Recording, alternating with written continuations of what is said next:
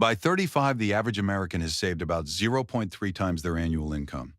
The wealthy 35-year-old, the one who actually has options, has saved 2.2 times. That gap isn't luck. It isn't a higher salary. It's a handful of specific decisions made in their 20s that most people never hear about, because the people who made them aren't posting about it on Instagram. They're quietly rich. And before you think this video is going to tell you to start a Roth IRA or cut your daily coffee, it's not. Those videos exist. You've seen them. They didn't change your behavior because they weren't telling you anything that actually moved the needle.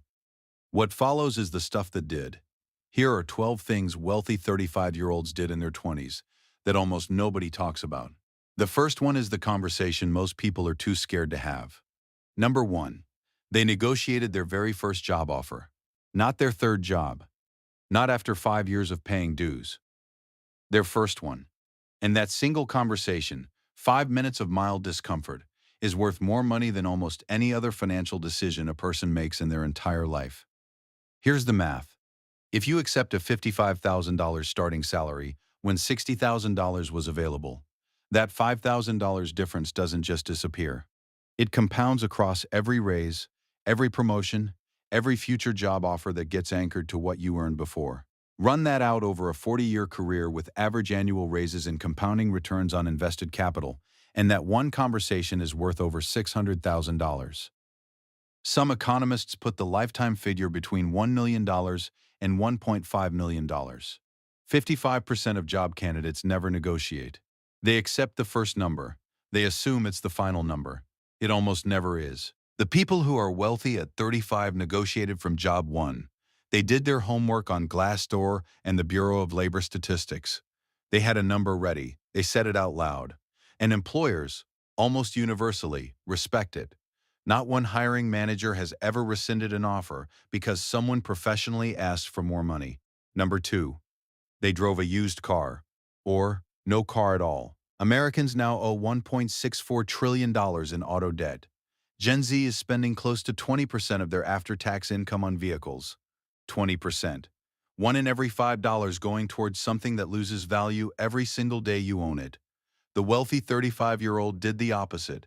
55% of millionaires, surveyed, self-made millionaires, buy used. They bought a 3-year-old Honda Civic for $14,000 instead of financing a $42,000 truck with a $750 monthly payment. Then they took that $750 a month and invested it. At a 10% average annual return, $750 a month from age 22 to 35 is worth just over $210,000. That's not a small number. That's a down payment on a rental property, a fully funded emergency fund, and a brokerage account, all from choosing to not impress people at red lights. Here's the one that most people completely overlook. Number 3. They house hacked. Few wealth-building moves quietly produced more millionaires in their 30s than this one, and almost no personal finance channel covers it in concrete terms. So here are the concrete terms. You buy a 2, 3 or 4 unit property using an FHA loan, 3.5% down, on a $450,000 triplex. That's $15,750 out of pocket. You live in one unit. You rent out the other 2. Your tenants pay your mortgage or most of it, while you build equity in a property you barely paid to enter. That's not a theory. That's the actual mechanism. Available to any American with a 580 credit score and $15,000 saved. The wealthy 35-year-old didn't wait until they had a perfect 20% down payment. They used the rules that already exist to make the bank do the heavy lifting, while their tenants covered the bill. Number 4. They deliberately upgraded their social circle. Sounds ruthless, so let me say it carefully. A Harvard and Facebook joint study, one of the largest social mobility studies ever conducted, found that poor children who grew up with more affluent friends earned 20% higher incomes as adults. 20%.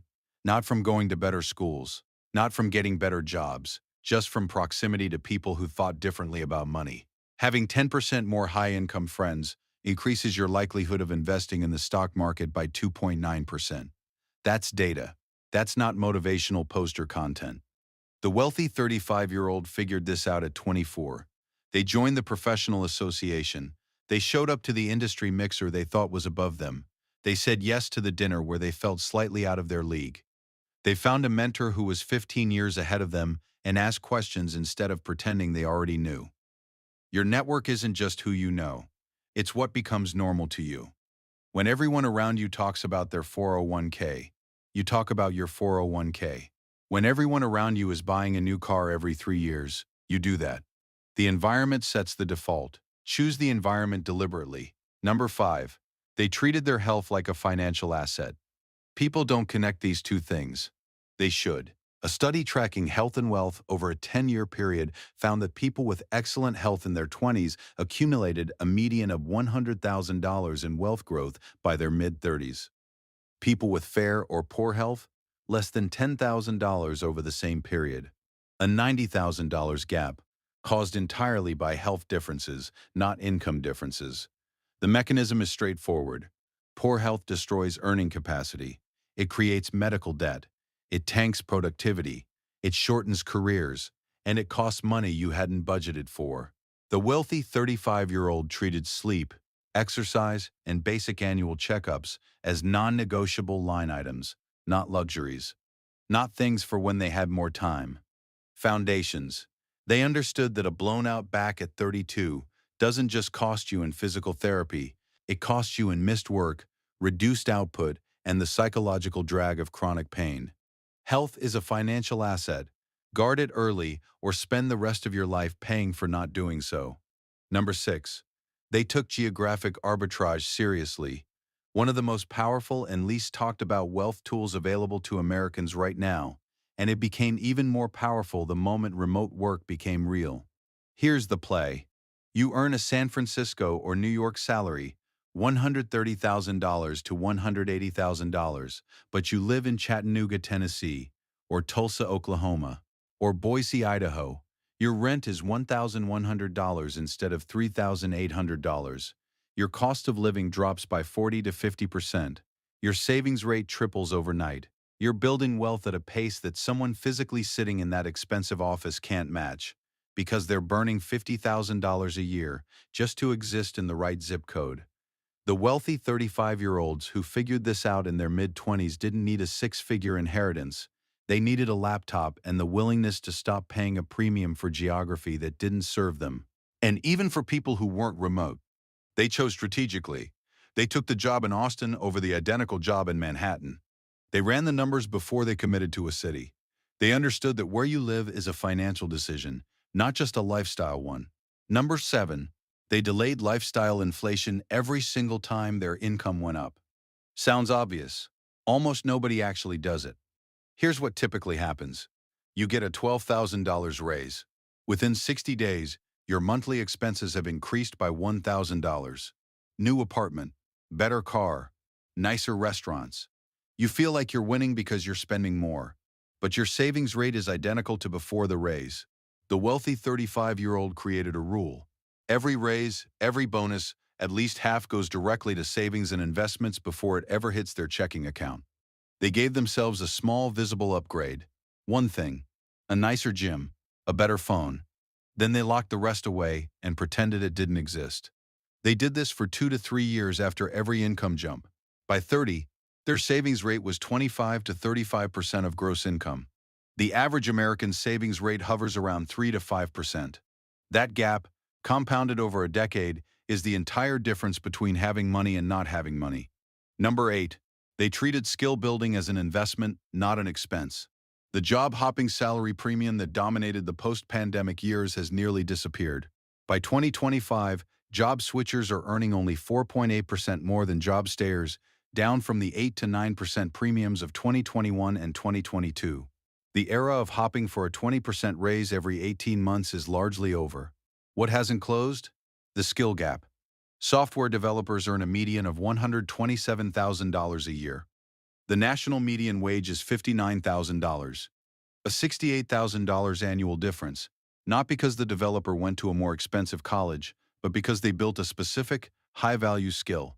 The wealthy 35-year-old spent money, real money, on courses, certifications, books, and coaching. They didn't wait for their employer to pay for it. They invested in themselves the way other people invest in stocks. They asked, what skill, if I mastered it in the next 18 months, makes me worth twice what I'm worth today. Then they went and built it.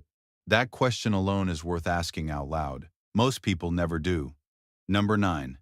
They built a social life that didn't cost a fortune. The average American spends somewhere between $3,000 and $5,000 a year on alcohol alone.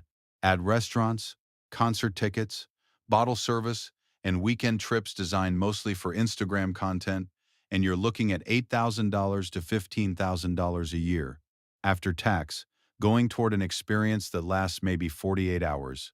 The wealthy 35-year-old didn't live like a monk, but they were intentional. They hosted dinners at home instead of always going out. They found the free version, hiking, pick-up basketball, the free museum day, before they reached for the expensive version. They understood that the most socially expensive thing in your 20s isn't the bar tab. It's the pressure to keep up. They said no sometimes. No explanation required. And they redirected that money into assets that would eventually give them the freedom to say yes to everything without having to check a bank account first. Number 10. They understood the difference between looking wealthy and being wealthy. The gap between those two things sounds simple. It costs people hundreds of thousands of dollars. Looking wealthy means the luxury car on a 5-year note, the $400 sneakers on a credit card, the $3,500 vacation posted to Instagram while carrying $18,000 in high-interest debt. It means the clothes, the restaurant, the status signal. It means performing financial success for other people who are doing the exact same performance back at you. Being wealthy means your money is working. It means assets on a balance sheet that don't require you to show up to a job on Monday. It means net worth, real net worth, not appearance of net worth. The wealthy 35-year-old figured out, usually between 22 and 25, that the people who look the richest often aren't. And the people quietly building real net worth almost never look the part. They drove that used Camry. They lived in the modest apartment. They didn't announce their brokerage account balance on social media. They just kept building. Number 11. They built a side income stream before they needed one. The key word is before. Most people think about side income when they're desperate, when a job is lost, when a bill comes due, when the anxiety of a single paycheck becomes too loud to ignore. By then, building something takes too long and the pressure is too high to think clearly.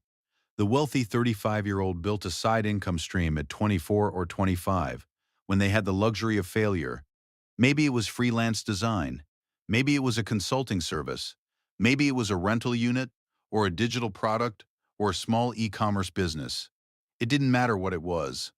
What mattered was that it existed, a second economic engine running parallel to their salary. By 30, that second engine was often producing $20,000 to $50,000 a year. Not quit your job money necessarily, but money that funded investments, funded a down payment, funded the margin that lets you make different choices than everyone around you. And the skills they sharpened in that side hustle often became the foundation of the wealth that followed. Number 12. They got financially aligned with their partner early. The number one cause of divorce in America is money, not infidelity. Money. Differing values, differing spending habits, one partner who saves and one who spends. These fractures happen quietly for years before they become catastrophic. And a divorce at 34 doesn't just cost you emotionally. It can cost you half of everything you built. The wealthy 35-year-old had the money conversation before it became urgent. Before the wedding, before the mortgage, before the baby, they talked about credit scores. Both of them. Debt. Both of them. Savings goals, risk tolerance, who pays what financial security means to each of them. These are uncomfortable conversations, far less uncomfortable than untangling shared finances after a marriage ends. They also aligned on trajectory, not just current situation, trajectory. Where are we headed? What does financial independence mean to us? What are we building toward? A partner headed in the opposite financial direction isn't a small problem. It's a structural one. The wealthy 35-year-old either found alignment or created it. Early. Here's what all 12 of these things have in common.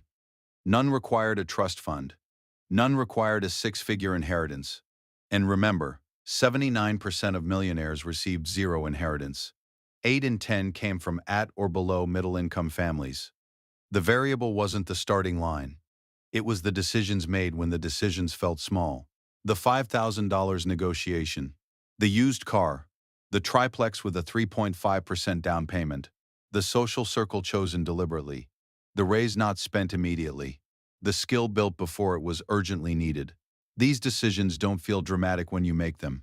They feel like minor choices. They are not minor. They are the entire game. And the best news? If you're 25 right now, every single one of these is available to you. All 12. Today. The question isn't whether you know about them. You do now. The question is which one you're going to act on first. So tell me in the comments, which of these 12 hit closest to home for you? Was it the negotiation you never had, the lifestyle inflation you didn't catch in time, or something else? Drop it below. I want to know where you actually are. If this opened your eyes to something, hit that like button and share it with a friend in their 20s who needs to hear this. Because content like this doesn't get pushed by an algorithm, it gets shared by someone who actually cares. Make sure you're subscribed, because next week we're breaking down the exact savings rate math by age, by income, by decade, so you know precisely where you stand and what it actually takes to hit financial independence before 50. That one's going to shift how you see every paycheck from here on out.